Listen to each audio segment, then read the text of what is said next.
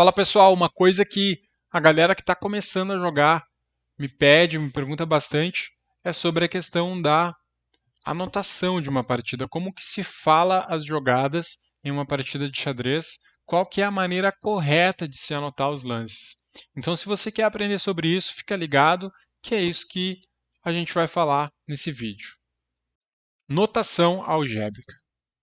A primeira coisa que a gente tem que saber é que cada casa no tabuleiro tem um nome, né? Cada casa no tabuleiro tem um nome em específico, né? Então o tabuleiro é formado por colunas, coluna A, coluna B, coluna C, coluna D, coluna E, coluna F, coluna G e coluna H, né? E as fileiras, elas são representadas por números, né? Então aqui a fileira 1, fileira 2, fileira 3, fileira 4, fileira 5, fileira 6, fileira 7, fileira 8. Então, cada uma das casas ela vai ter um nome. Por exemplo, casa A1, que é o encontro da coluna 1 com a fileira A, né? A casa C3, né? Que é a coluna C, o encontro da coluna C com a fileira 3, né? A casa F5, né? Que é o encontro da coluna F com a fileira 5. Então, cada uma das casas vai ter um nome. Você pode ver que vai aparecer o nome de cada uma das casas aí, né? Essa é a primeira questão. Dito isso, a gente precisa destacar qual que é a peça que está se movimentando. Por exemplo, se a gente tiver uma torre aqui na casa de A1, né, e ela estiver se movimentando para a casa de F1, a gente vai destacar simplesmente torre F1, né? Então a torre está sendo movida para F1. Então essa jogada aqui seria torre F1, né? Se tiver uma peça adversária aqui, se tiver, por exemplo, um cavalo em F1, a gente precisa colocar o símbolo de captura, né? O símbolo de captura é um X, então a gente tem torre XF1, que é torre captura F1. Então, cada uma das peças ela vai ter a sua letra correspondente, né? Você pode ver aí na tabela que vai aparecer na tela. A torre a gente representa com a letra T, o bispo com a letra B, o cavalo com a letra C, o rei a letra R e a dama a letra D. Cada uma das peças ela é representada por uma letra.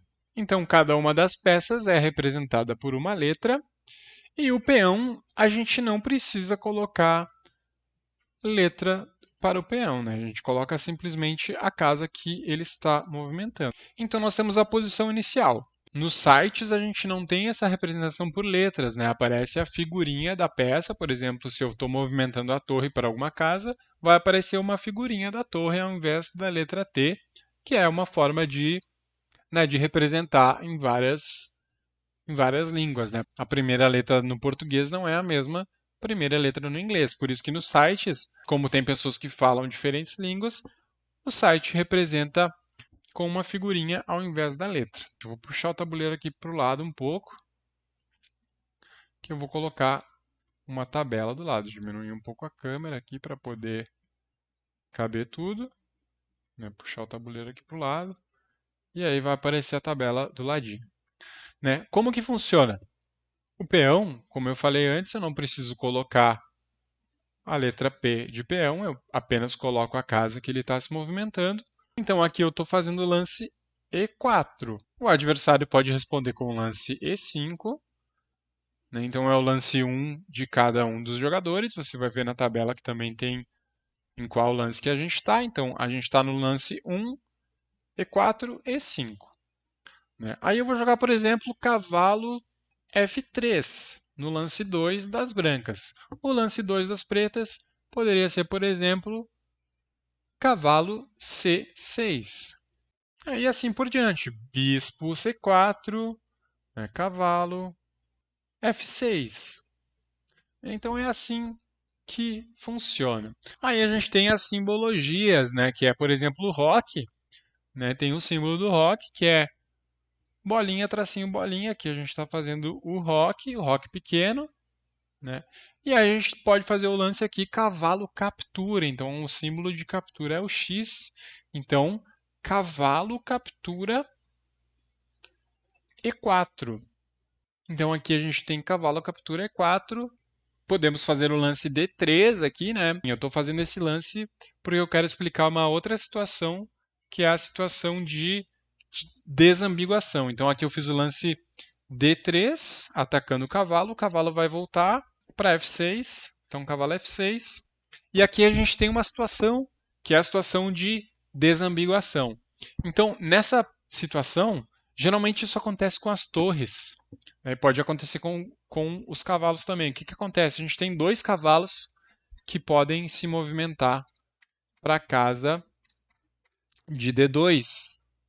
Né? Então, aqui nesse caso, a gente precisa especificar qual é o cavalo que está se movimentando para D2, né? Geralmente isso acontece com as torres, porque se eu tirar todas as peças aqui, eu vou ficar com as duas torres conectadas, e aí as duas torres vão poder se movimentar na fileira. Então eu preciso especificar qual que é a torre, né? Se for o caso da torre, como está acontecendo no caso do cavalo aqui nessa posição, né? Os dois cavalos podem se movimentar para a casa de D2. Então aqui eu preciso especificar qual que é o cavalo que está indo para D2. Isso é uma falha muito comum de quem tá aprendendo a anotar, é esquecer, né?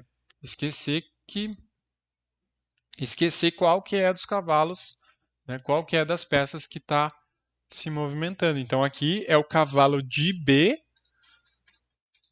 né, em D2. Então eu coloco C, B, que significa que é o cavalo que está na coluna B, D2 indo para a casa de D2. Então, em resumo, é basicamente isso. Eu estou deixando na descrição do vídeo também a questão dos símbolos, né? Dos símbolos que a gente pode estar utilizando para fazer comentários nas partidas. Por exemplo, o símbolo de lance bom é um símbolo, é um ponto de exclamação. Símbolo de lance muito bom, lance brilhante são 2 pontos de exclamação. Símbolo de lance duvidoso é um ponto de interrogação. Símbolo de lance ruim, 2 pontos de exclamação.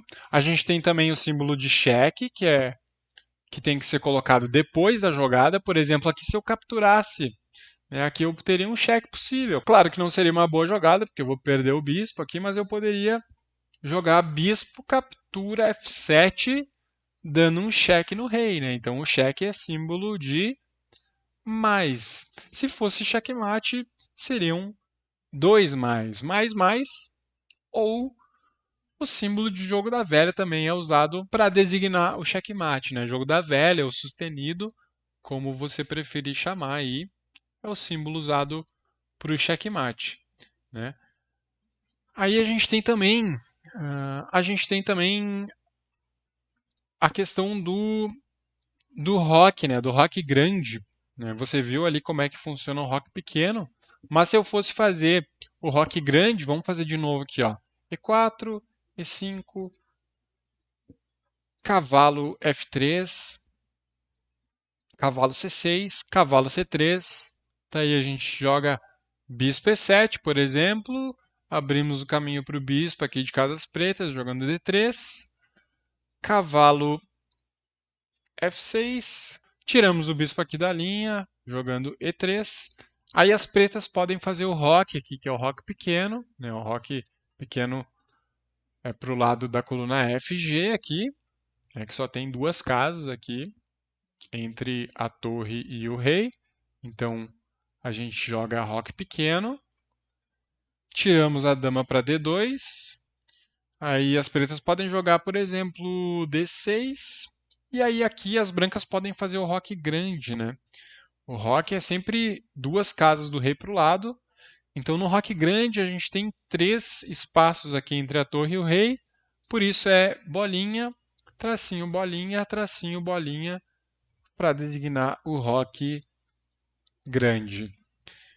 Então, em resumo, é basicamente isso. Eu estou deixando o material também na descrição aqui anotado, para se você tiver alguma dúvida, qualquer coisa, comenta aí nos comentários se você ficou com alguma dúvida. E se você gostou desse vídeo, se inscreve no canal, deixa o like e bora treinar. Um grande abraço a todos.